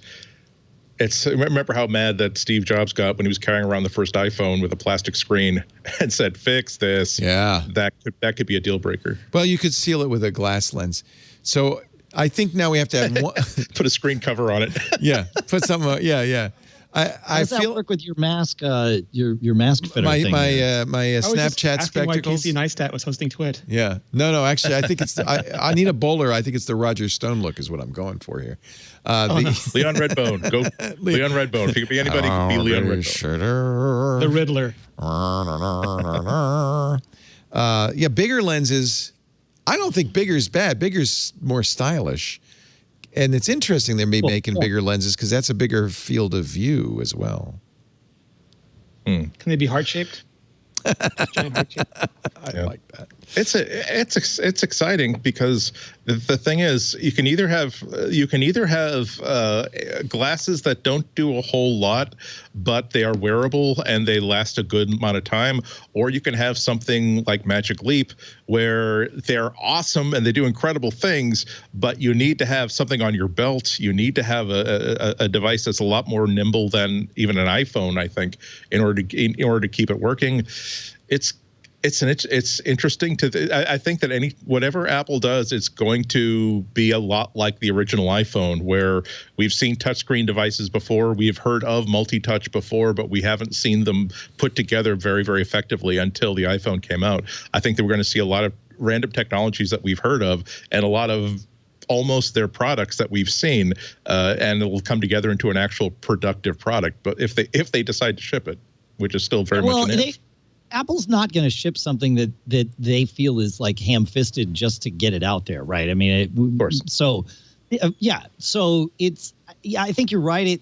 I see it more along the lines of what we experienced with the first Apple Watch, not necessarily the first iPhone. Although you may be right about that. That it's like, oh, I never thought about putting these things together this way. That's Apple's stock in trade, right? Is taking a look at products that are out there and saying, we have a better way of doing this, and here's what it looks like. So, yeah. I mean, the iPhone has enough power, I think, to power those kind of features in its own display. The question is, could it maintain, if you're doing it via Bluetooth, if you're doing it even via direct Wi-Fi, could they maintain that link with little enough latency and with enough reliability that you wouldn't suddenly be wait, where did the little flags I'm supposed to be generating?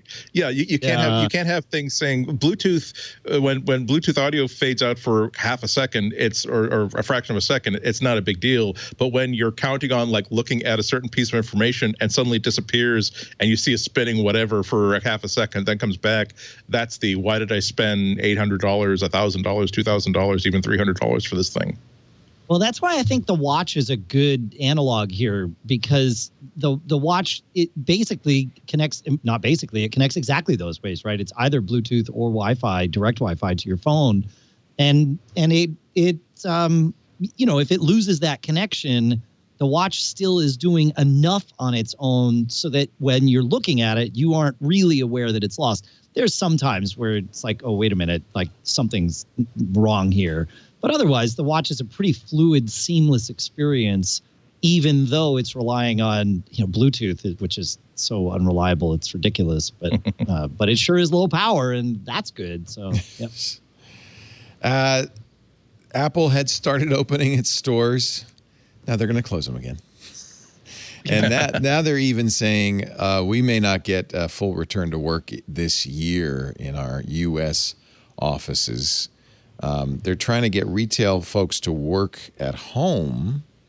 A lot of the stores in hotspots reclosed. So that's a lot of Southern California. If your store is closed, they sent this message to employees, please sign up for retail at home. Please talk to your manager because we really need to make sure we shift our teams to greet our customers remotely in this time. We may need to be working remotely for some period of time. That was in a video created by Deirdre O'Brien, the Senior Vice President for Retail. This is not the experience, she said, we want to have for our customers, so we really want to make sure we're moving to where our customers are to help them during this very challenging time. As you know, people are really dependent upon their devices, especially right now. They'll get name tag lanyards they can customize with their own memoji. That will help retail staff be more recognizable when they're wearing face masks. 90 reclosed of the 271 locations due to COVID spikes. They've also shut some stores in Australia. For locations that remain open, of course, the company continues to require face masks both for customers and employees. Temperature checks upon entry. They're also sending COVID-19 tests home. They've started a program that allows retail and corporate employees working remotely to get tests mailed to them, and then you can do the self-test and then send it to a testing site. This is all from Bloomberg.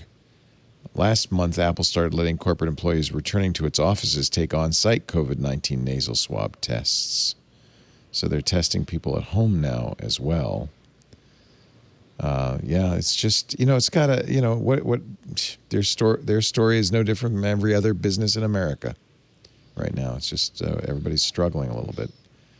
Well, they're not staying open like Disney. Yeah, I don't.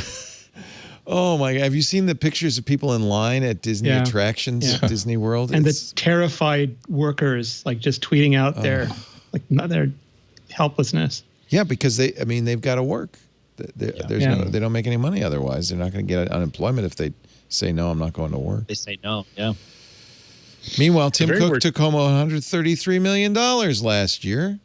Not that he didn't deserve it. Yeah, exactly. Pittance compared to founders' money, Leo. Like, Tim is just never going to have founders' money. No.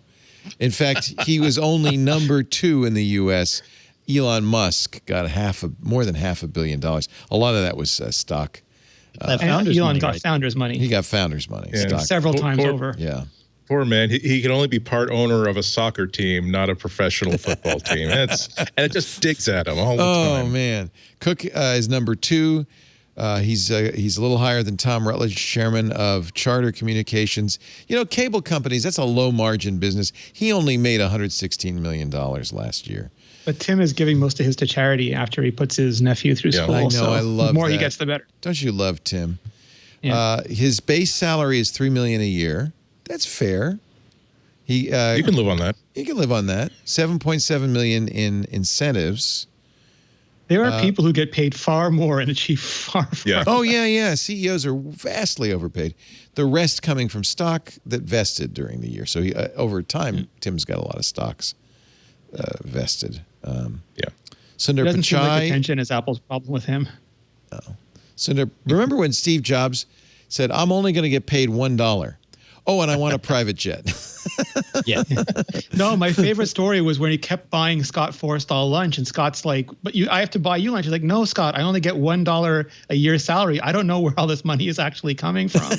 And then everyone just assumed it was Woz's account. It's magic. It's magic money. Nobody asks. No, certainly nobody wanted to ask Steve about it. No, His Steve, negative balance. what do you get running up a tab? What's the deal? Mr. Jobs, we have to talk, sir. Mr. Jobs, you haven't paid your lunch fees in 16 months. Cafe Max is $18,000. No more grilled cheese for you, sir. Alphabet With the baseball bat standing outside his door. Here's a $20 bill. Ramen, I bet you haven't seen one of these in a long time, have you? You're getting Alphabet's ramen, but you can crumble the dry ramen on top. It makes it extra delicious. and crunchy, which is good. Who doesn't like a little texture? Wouldn't that be sad? Actually, you know what? Steve Jobs probably would be happy to live on ramen. That would be like his dream. I don't know. It's got a lot of sodium in it. I think he probably wants that. He had some for a person who liked ramen. He had an awfully nice car. Yeah. Well, that he didn't pay for that either. So never with a license plate on it, though. Yeah. Right? Exactly. Right. Got to get a new one every 6 California months. car culture. That's right. He believed in he believed in a simple car. life. Forstall bought his used cars every 6 months. Oh, really? Is that how it works? Maybe not every 6 months, but Forstall was known for driving, Steve's old Mercedes. old beaters. Oh my God! Exactly. Yeah. Do you Lightly think there used. was some Wendy's rightly pressure, used. if you really liked working here, Scott, you would buy Well, the hilarious thing was like this story about like Apple is famous for its Cars Club, and like you already have like Phil and Eddie buying Singers, which are like $1 million restored Porsches, and other people driving Mercedes, and then Jeff Williams driving like a 13-year-old Honda. Good for Jeff. Because the I like operation him. guys never spend any money on it. No, he knows money. He knows the Also- value of $1. Also, that's got to be a bad idea because I mean I didn't know Steve Jobs personally, but if there's one executive at Apple that would be rolling back an odometer, it would probably be Steve. That's my guess. Honest, I only drove it 15 miles on Sundays. Yeah, This you drove it 14 iPhone miles clock widget looks backwards. a lot like the odometer on a Mercedes. Why is that, Steve? No, really. Yeah. Why do you have an intern just driving your car backwards in the parking lot all day long, Steve? Got to buy her. I got to buy her. Don't Cook, tell Scott. just to put this in perspective, $133 million this year. Most of it, really, his salary was $10.7 million. The rest was stock. Sundar Pichai, stock, salary, all in, $86 million. Alphabet CEO. Intel CEO Robert Swan, $99 million. Satya Nadella, Microsoft CEO, $77 million. It's not like anything over, I don't know, 50 or 60 million is probably enough. So it's not like they're poor. Yeah. It's just No. it's I just don't feel somebody- bad for them. No, It's that not stock, at all. though. Did you see what Apple closed at yesterday? Oh my God. Is it still going up? It went down last night, but I don't know what it's doing today. It dipped a little, but I think it's up today, at least I at the feel like moment. such an idiot because when this thing started, actually in January and then later, I think in March, I got out of the stock market. I said, this isn't good. This is going to be bad. So January was early, so we managed to lock in that was for our company pension fund. Got all of that out of stock, thank God. And then I got out of all. I don't only have index funds, but I sold all my index funds. And then the stock market, how dare it, goes. It has no correlation with reality, Leo. These are not the same people that are Jeez. suffering. the way we are. You and me, Leo, we are perfect at predicting the peaks of the market. Yeah. and getting out at the wrong time. getting in at the wrong time, Yeah. getting out at the wrong Yeah, time. I'm a yeah. master of this. If anybody wants to know, sign up for my newsletter. It's just depressing. Buy when Forrest Gump buys. We learned that last week. So depressing. Right. Look at the, I love this Apple stock chart when you go from the day it started, because it's such a low number compared to the current value that it's basically flat. And then it starts to go up, and then whoop, currently doing quite well. And yeah, the COVID doesn't seem to have, year to date, took a little dive in April. Or late March. That was a pretty big dive. Pretty big dive. It's recovered fully. It's higher now than it was, at the beginning of the year. Almost double what its dip was, right? Yeah. Oh. I'm so smart getting out of the stock market. Now, to be fair, I own no Apple stock, or maybe I did. I only owned S&P 500, so that because I didn't want to have any I didn't want to have any investment in tech companies' success. Just in America's success. Who knew America went on being successful when the rest of us are suffering? I don't understand it. Yeah. Apple's maybe closing stores in the U.S., but they're opening the big new Beijing flagship store. Gonna be pretty. It'll open soon in Beijing. This is the new flagship design language. Large glass walls, sloped metal roof, elaborate stonework. It's similar to the Chicago Michigan Avenue store, apparently. But it's a gorgeous store. Yeah. Let's all go to Beijing. Do not. I feel like by using TikTok, I'm already there. I know, right? Well, they're already with you anyway. Sorry, Leo, we're not wanted. We're not allowed. Can't come in. Apple says, do not cover your MacBook camera. Do not put Band-Aids on it. Do not. If you're going to put anything on it, make it as thin as a piece of paper. The reason people are bringing in laptop screens that are cracked, and it's a very distinctive, apparently very distinctive crack, a line straight down, because the tolerances when you close the laptop are so tight that you're actually cracking it because of that cover. So Apple's saying, do not put a sticker, a tape, anything over your camera. Don't worry, Apple says. There's no way to turn on that camera without that green light coming on.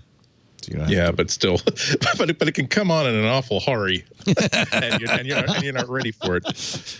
They did say if you got your micro calipers, anything that's 0.1 millimeters is fine. So I always, one of the first things I do to a notebook is to put a little strip of tape over it, enough so that I can see the light, but I can't see, but it's blocking the lens. And so I can see the green light come on, but I'll hear, "Hi, Andy, I can't see, something wrong with your camera. Can you switch to the main camera?" It's like, nope. Yeah. That's it. That is a good point. So if a Post-it note would be okay, probably. I would imagine so. Yeah. It's got to be really thin.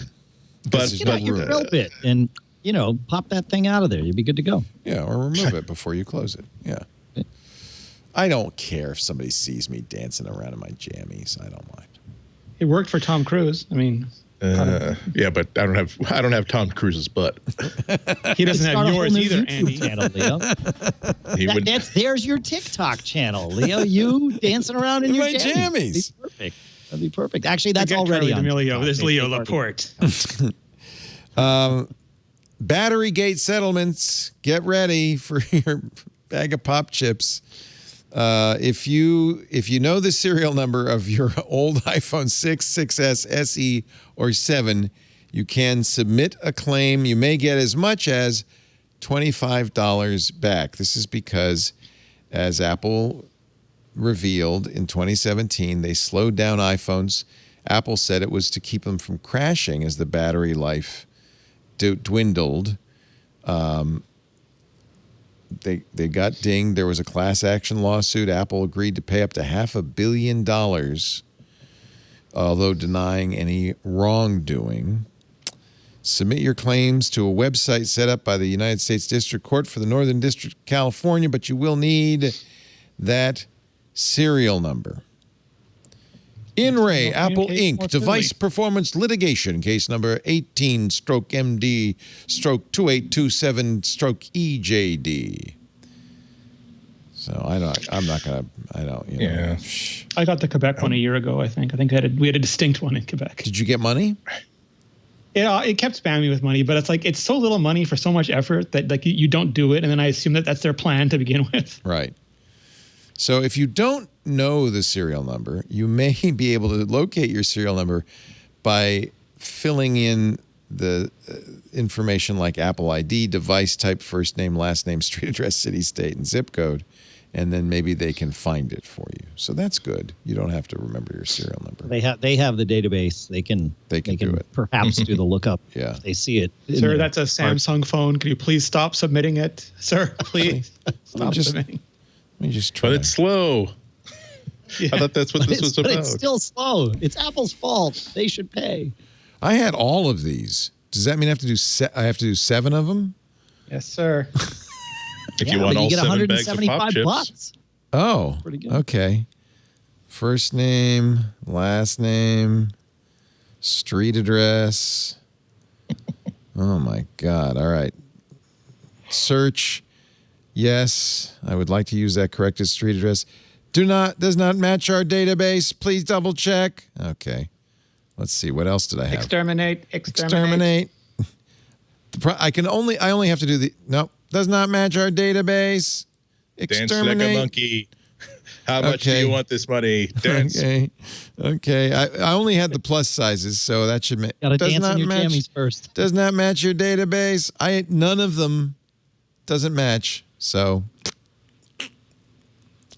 you lose, Leo. No $25 for you. Yeah, the attorneys get to keep your money. So never use my home address. I always use the company address. Oh, the brick house. Of course. I wasn't here. When was this? When was this iPhone 7? This was a long time ago. Yeah. What was the brick house address? 140 Keller? Right. Oh, I'm going to get my money now, man. Oh, here it goes. We do not compute. We do not match. None of it. None of them. I can't get any of them. I wonder if you'll wind up making more than minimum wage on this rebate by the time you get it. None of them match. Okay, what else could it be? That's why I never did mine. Oh, my God. They're counting on that.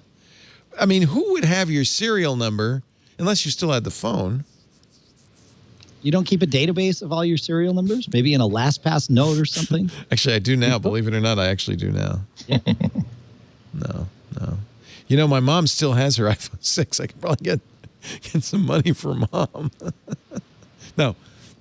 No recognition at all. None. So there you go. I did it so you don't have to. Well, it's really, really important that the people who have been maligned by Apple on this aren't allowed to, in exchange, take advantage of the situation by doing something that no one can possibly figure out what they would possibly do under whatever motivation. But still, it's important that you do these validations correctly. One of the features of iOS 14 that I have not yet encountered is that when somebody's looking at your clipboard, Apple says, hey, they're looking at your clipboard. Oh, I get that all the time, like constantly. Do you? Yeah. Huh. Wonder Not why the malicious one. I never got the malicious one, but I got like, if you paste between 2 different apps, it should come up, or different devices. So, of course, TikTok got busted. They said, well, we're going to fix this. LinkedIn said it's a bug. Yeah.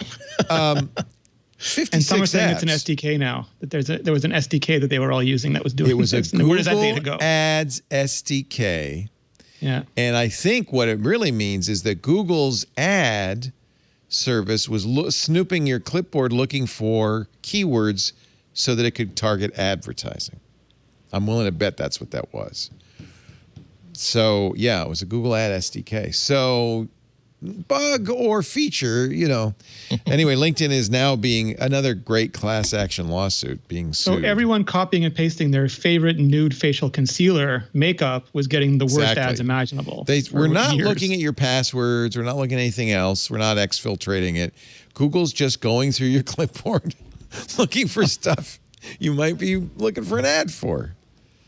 Yeah, I really think that in addition to all the really great security stuff and privacy stuff that Apple's putting in to the operating system, I would love for them to have a standalone security app that simply will do things like, I'm going to scan every one of your apps to let you know here are SDKs and here that we understand to have been operated, but they're not necessarily dangerous, but we would like you to know that that when you use an app that's using this that's using this code, it might be a really nice pop the bubbles game, but it's also sending information to these ad networks. Yeah. Not just by network tracking, but by simply saying, here are we recognize this code, we recognize this package. This is why Apple had some good results when they decided to start naming and shaming battery hog apps. And once they simply say, oh no, we're not going to ban you from using these APIs, but we're just going to put up a little pop-up that says, oh, by the way, your happy little fishy bubble game is doing something that you, the user, might not take kindly to. Bravo, Apple. They deserve a lot of credit for that. Have you seen Greyhound yet? No. Nope. So good. I've heard I have to watch it like as big as possible and as loud as possible. Yeah. It's kind of like 1917, or, it's one of those big war movies. But like 1917, it's only like 36 hours. It's very condensed. Apple paid $70 million to run it exclusively on Apple TV Plus, which means you don't pay the $20 rental fee that you pay for other first-run movies. So that's good. You have to subscribe to Apple TV Plus, but most of us, I think, are getting it. I saw a ton of people doing that just to watch the movie. I think it's a good show. I think it's a really good movie. Tom Hanks wrote it, besides starring in it, and it's historically, I think, very interesting. Apparently, Apple has a first-look agreement with Idris Elba for TV shows and movies. I think that's a good thing to buy. I love Idris Elba. He was rumored he was going to be the next James Bond. I think this... I would have loved that. Yeah, he would be so good. So we'll see. Apple TV spending the money. They landed Snowblind. Are you a Snowblind fan? I'm not familiar. Oh my God. iMore has denied me access. What? Maybe your system is out of control, Leo. Access First denied. Dave Hamilton, now iMore. You are not authorized to access this page. Well, I was just going to read your story about Jake Gyllenhaal and Snowblind. Let me go to the front page. Maybe I can get there that And Lori way. Gill's not here to answer for herself. Now there's so many good things in here. I just want to stop and reveal. This is good. You guys are good. I mean, you're former guys. Yes. I was there, I think, when they did this new homepage. I think I was there. I don't know if they've changed it You since still then, write once a week for iMore, so yes, it's still you. I'm still blamed. I get zero credit and all the blame, which is, I think, exactly what they wanted. Let me search for Gyllenhaal. That's going to be a unique... I just figured last week I put my foot so far through my mouth that I could walk on it again. Yeah. I'm going to just stick out of the Apple TV Plus stuff this week. Deadline has the original exclusive. It's saying that in a 6-way bidding war, Apple Studios acquired Snowblind, which is the Boom Studios graphic novel. I thought it was a different one that was made into a not great movie, but I don't remember that. Yeah. Okay. They're buying up stuff like crazy. They won another bidding war for the movie won't even be made until next year. Antoine Fuqua and Will Smith, a story about emancipation. I think it's called Emancipated or Emancipate. But it sounds like a really good and topical story. And what did they bid? It was like $120 billion. They were in a final bidding war between Sony and Apple TV. They want this prestige stuff. What I like about it is, as an Apple TV Plus subscriber, I don't have to pay for this. It really irks me to watch a first-run movie for $20. I know it costs more to go to the theater, but you don't know. Especially with a group of people. I know. You don't know if it's going to be good or not. And I would love that because I don't want to go back to the theater anytime soon. So the popcorn's much better at my house, yes. I would pay $100 for a first, like if they were to put Black Widow or Wonder Woman 1984 or James Bond, whatever your soul is worth left to you. I don't know what the next one is called. I don't remember. But any of those, I'd pay $100 to watch them first run at home without having to go to the movie theater day and date. I would love that. I don't know about $100. Even at 20, my thinking is, how patient can I be? Because for $20, I can buy it on Blu-ray. I have and zero own patience. True. I have zero patience. $20 is right there. Given that I'm not going out to the movies much anymore, that if there was a movie that I would definitely pay $20 to see Wonder Woman first run, basically to avoid hearing spoilers from other people and be able to enjoy it as is. But yeah, we're trying to find our own level of water. Yeah. At this point. Also, me and Andy are single people. If you have a family of 5, it's probably a much different set of math. Exactly. For what you I was just going to say, with 4 of us in the house, like $20 is. I mean, it's wow, we get to go to the movies for $5. That's great. Let's do it. It also And we depends get on to sit how on the couch. desperate for entertainment you are, right? I'm so desperate, Leo. Yeah. Quarantine, so Yeah. Well, I feel like there's a the Old lot. Guard. Though. It was really good, but I need more. I'm going through old, crappy reality shows, all sorts of. I'll watch anything. It's not I'm $20. watching old procedurals. Yeah, procedurals. I'll see every CSI before I'll pay $20 for the new Steve Carell movie. Finally, time to go to start on The Wire. If you haven't seen it, I've seen all that these other many movies. times. Yeah, there are a lot of series that I. Oh yeah, that too. the time is ripe for someone to release the actual original unedited WKRP in Cincinnati With the actual music? With the actual music. And I know they've gotten close to like 90%, but 90% means the Beatles and the Eagles and Michael Jackson and like those aren't in there. Is it a clearance issue or a cost issue? Clearance issue. Yeah. So they can't get clearance at any price? Or they could It's just, I mean, they could buy the rights to the Beatles catalog, and then that. Yeah. Right. Okay. So any price. is pretty broad term. Yeah. Any reasonable. There's no Frand licensing on the Beatles music. No, alas. Yeah, I know. Apple has made a commitment to $2.5 billion to combat the housing crisis in Silicon Valley. They're allocating now $400 million of that towards affordable housing projects and homeowner assistance programs in California. Thank you, Apple. So they're spending money on movies, but they're also spending money in the community, and I think that's really good. They're sending the money to the Housing Trust Silicon Valley, which will create more than 250 units of affordable housing across the Bay Area, as well as mortgage and down payment assistance fund and an affordable housing investment support program that they're doing in conjunction with Cal HFA. Thank you, Apple. That's great. I think that Silicon Valley companies like Apple get a lot of blame for the high cost of prices housing in Silicon Valley, and probably rightly so. So isn't it also that they won't let them build new housing? Nobody wants it in their neighborhood, and also people who have suddenly found houses are worth millions of dollars want to protect their investments by not increasing stock. Yeah, there's all sorts it seems like a multiple of problems. Yeah, there's also some issues. Yeah, absolutely. There's a lot of things going on. There was a I think a New York Times article a year or two ago about how someone wanted to turn a laundromat that was doing okay, but they figured, well, this property would be more useful to people as like middle income housing.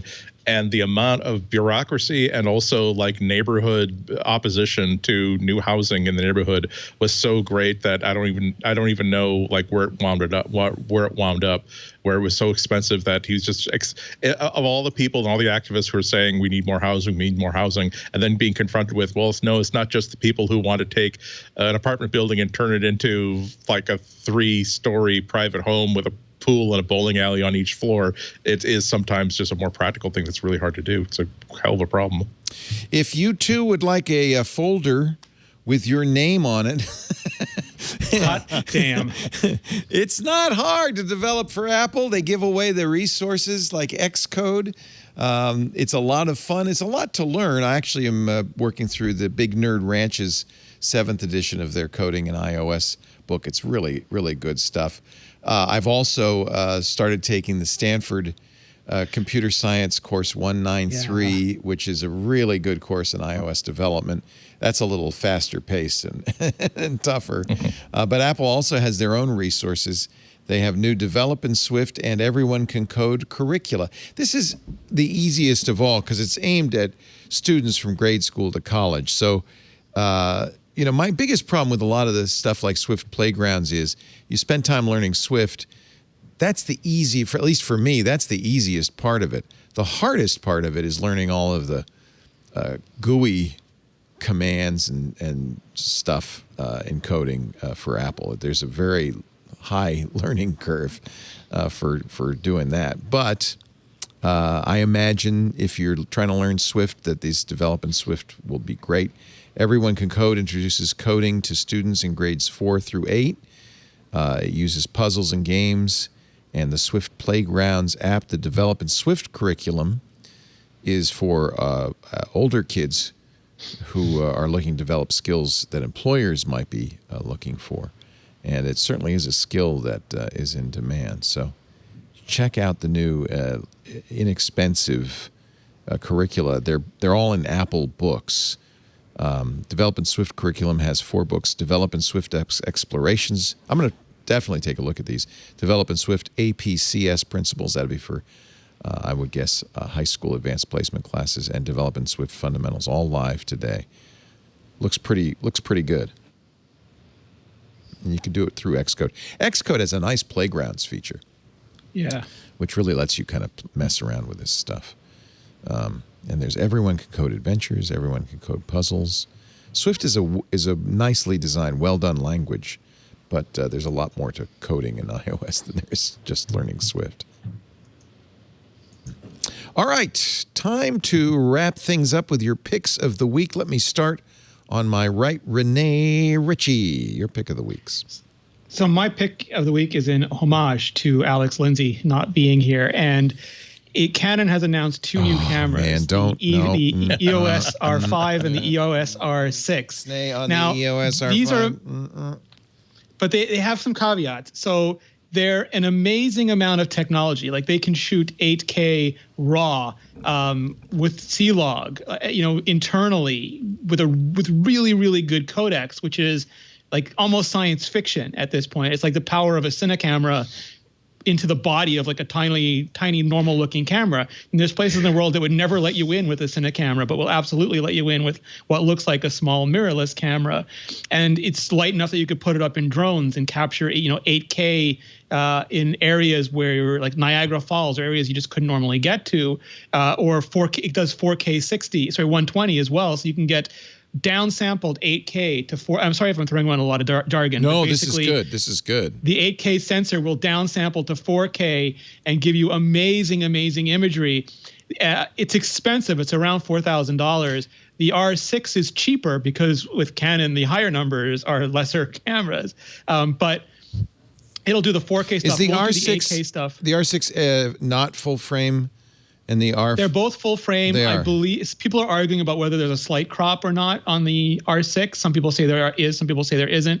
There's a lot of prototypes. Like Peter McKinnon has one of the prototypes, but we're not sure if that's reflective of final hardware or not. So we're waiting to see.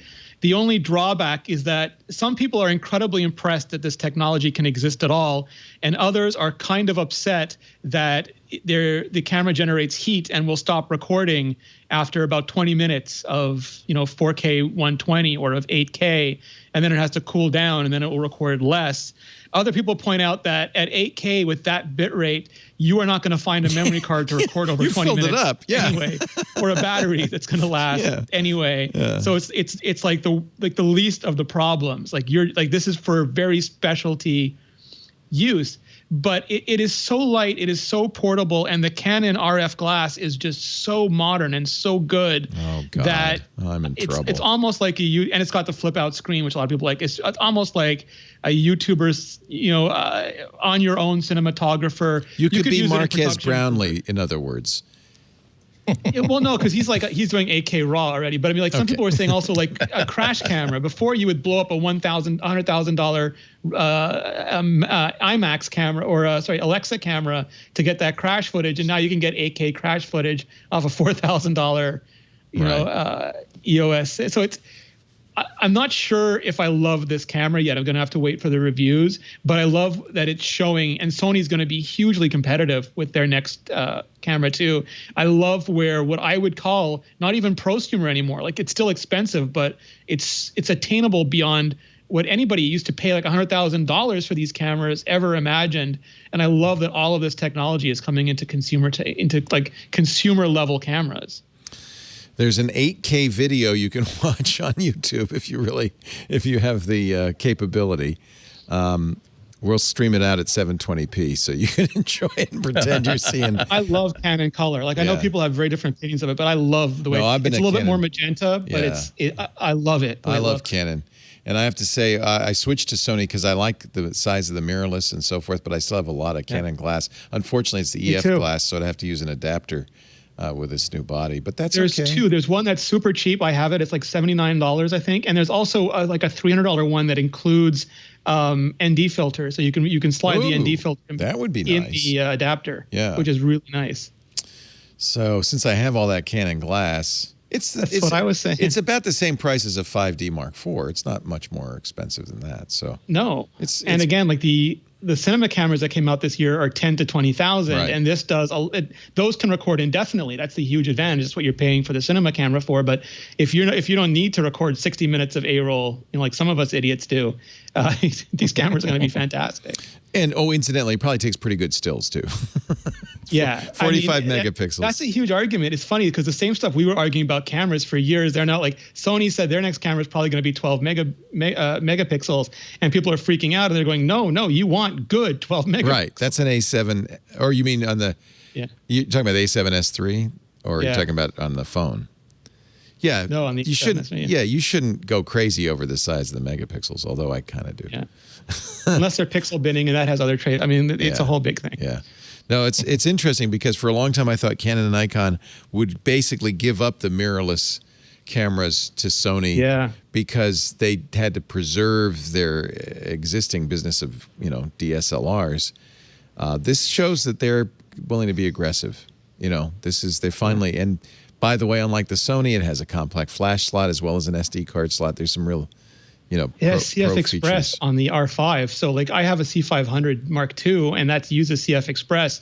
And you forget, I forget how fast it is until I have to pull off an SD card. Yeah. And it takes like 30 times longer than a CF Express That's card. something for your Thunderbolt port, yeah. Yeah. Very nice. I wish you hadn't mentioned it. I've been trying to pretend I don't know about it. Alex would have done it if he was here. I know he would have. Yeah, it's really interesting what it's going to do for video. That's what's surprising. Yeah. Andy Ihnatko, pick of the week. One of my 3 favorite word processors for the Mac and iOS has just gotten a really big upgrade. Ulysses is now up to version 20. It's was released just today, and it adds something that I've always kind of wanted for Ulysses, which is a sidebar. They call it a dashboard, but now as you're editing text, there is like a static third column to the right of what you're editing that will give you pretty much whatever you want. Statistics on like what your word count is, how much time you've been working in this session, what your notes are, an outline of the document you're working on. It's a simple thing, and it's something that we've been seeing in one of my other favorite word processor, Scrivener, pretty much since the beginning. But it really is what makes this a wonderful full screen experience, whichever one that you're using. Ulysses, it's hard to tell. It's hard to explain the difference between Ulysses and Scrivener. They both have a strength in which they're really, really great at working on a collection of documents as opposed to like pages, which is open a document, close it, open a document, close it, open a document, close it. These Ulysses and Scrivener are both really great when you're working on like a book where you have several chapters to work on, or if you're preparing a report for somebody and you have lots of different sections and you want to do a little bit of collaboration. Basically, you need to organize notes, you need to organize things while you're developing the one thing that you're trying to develop. The difference between the two is I think that the Ulysses is a little bit cleaner, particularly when you're using it on iOS, particularly on the iPad. Scrivener is a lot more powerful. Scrivener is the one where all I'm doing is I have no idea if I want to write a book about this, but I keep having these ideas and I keep coming across these facts and these photos. I just want to toss them into a place so that just like the FBI murder specialist who's got I'm just tapping, like I'm just putting photos and things on a big corkboard and tying string to them. Scrivener is the good thing to look at what you have and figure out what you're going to be building from it. So it's a little bit more complicated, but a lot more feature rich than Ulysses. But again, if you're just looking for a text editor that is good at managing even a larger project, Ulysses is pretty darn great. They've added a couple other things. They've added a grammar and a style checker. That's nice. And of course, I haven't checked this out yet, but they've done a dedicated revision mode within the dashboard that combines in-text annotations, spell check, and grammar and style check. Okay, I tried the other stuff. I haven't tried that yet, but it's great to see an already great app continuing to mature and continue to grow. The only other thing you need to know between an app like Ulysses and Scrivener is that Ulysses is a subscription-based app, so they charge $50 a year or $6 a month for it. So every year you have to renew it. Whereas Scrivener is just a flat $50, I think, for the app, and I think you own it. They do charge for upgrades in the future, but you don't have to keep if you're happy with the old one, you can keep going. But again, really great upgrade, really solid stuff. I've only been using it for now about 3 or 4 hours. But it's one of those things where you add this one little feature and suddenly it becomes a much better and much different product. Looks good. Yeah, I had a Ulysses subscription for a long time, and then I thought, well, am I using this that much? But this, I really like Markdown editors, and I'm always looking for the best Markdown editor. It's good because you can make it into a very, very minimalist sort of approach where you're just getting stuff down, which is one of the most important things about when you're writing for distance as opposed to speed. Yep. Good pick. Ulysses.app if you want to learn more Mac and iOS. Mr. Dave Hamilton of the Mac Observer. What do you got for us? I have one that came out on April 1st, and I missed it when it did, and it's Cloudflare for families, and it's their DNS service. So Cloudflare offers their own DNS at 1.1.1.1, and then they also have an IPv6 version that's not quite as clean because that's how IPv6 works. And that service at 1.1.1.1 is a service for just fast, efficient DNS lookups. They added 2 more. They added 1.1.1.2 and .3. .2 adds malware blocks to the list, and .3 takes the malware blocks and to them adds adult content. So you can put this into your router, and now you've got Cloudflare's malware either malware or malware and adult content blocking built right in. You don't have to think anything about it. And they do have IPv6 addresses for both of those so that you're actually covered, because a lot of these DNS things, if you're running IPv6 on your network, if your computer does an IPv6 lookup, it'll bypass the IPv4 address that you've put in there and carefully crafted, and then it doesn't help. So they've thought of, and I've been using this for a couple of weeks now on the malware blocking, and it's picked up some things. It's actually been pretty good. So, and it's free. That's the best really price. Nice. No. Yeah. This is a great way to keep your kids safe without them being able to get around it on any of their devices. Well, just put it on the router. If your kids are smart enough to use Firefox, that has DNS over HTTPS. Oh man. Yeah. Dang them. Yeah, right. Hopefully on the DNS. Actually, everybody's going to offer that. Even Safari's doing that now, DNS over HTTPS. Thank you, Dave. Thing. No, it's a good thing. It is, but it does kind of add some confusion. Gets around Dad. It means you can't parent by technology alone, and that's probably okay. A reasonable thing.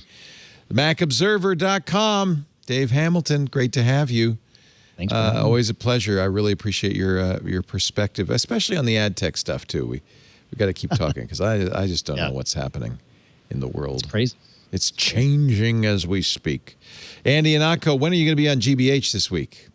I'm on a day early. I'm on Thursday. Looks like 11:30, but as usual, go to my Twitter at Anatko, and I will usually tell people about the night before. Awesome. Inatko.com, IHNATKO. He's also Inatko on Twitter. And Renee Ritchie, weekly at imore.com, and of course, pretty much every day at youtube.com/Renee Ritchie, soon to be 8K, I have a feeling. I'm trying. No, I can't take that kind of pain. But I'd like to be able to punch in to 4K out of an 8K frame. That would be great. Ooh, that'd be nice. Yeah, you get all that extra room, and then you could say, I want this. I can fix so many mistakes. Yes, crop that out. Crop that out. Yeah, but of course, for your 8K workflow, now you'll need a Mac Pro. Oh, God. Do you think Apple Silicon will handle 8K as well as Intel? I bet it will.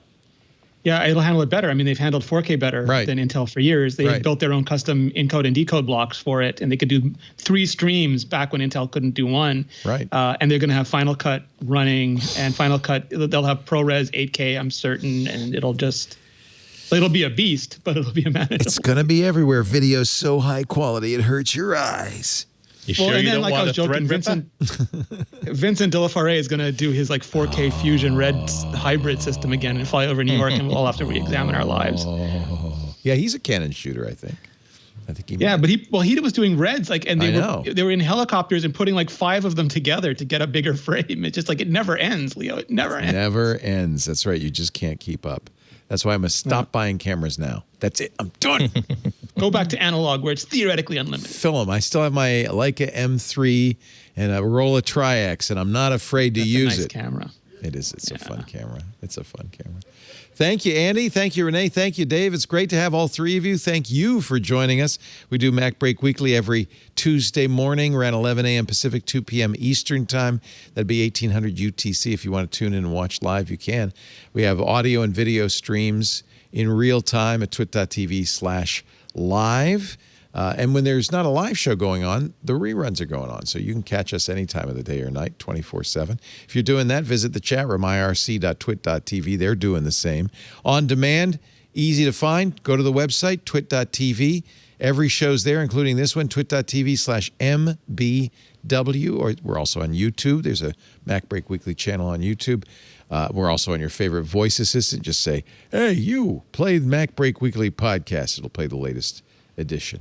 Best thing, though, is find your favorite podcast client, even Spotify. Subscribe, and that way you'll get it each week. The minute it's available, you don't have to think about it.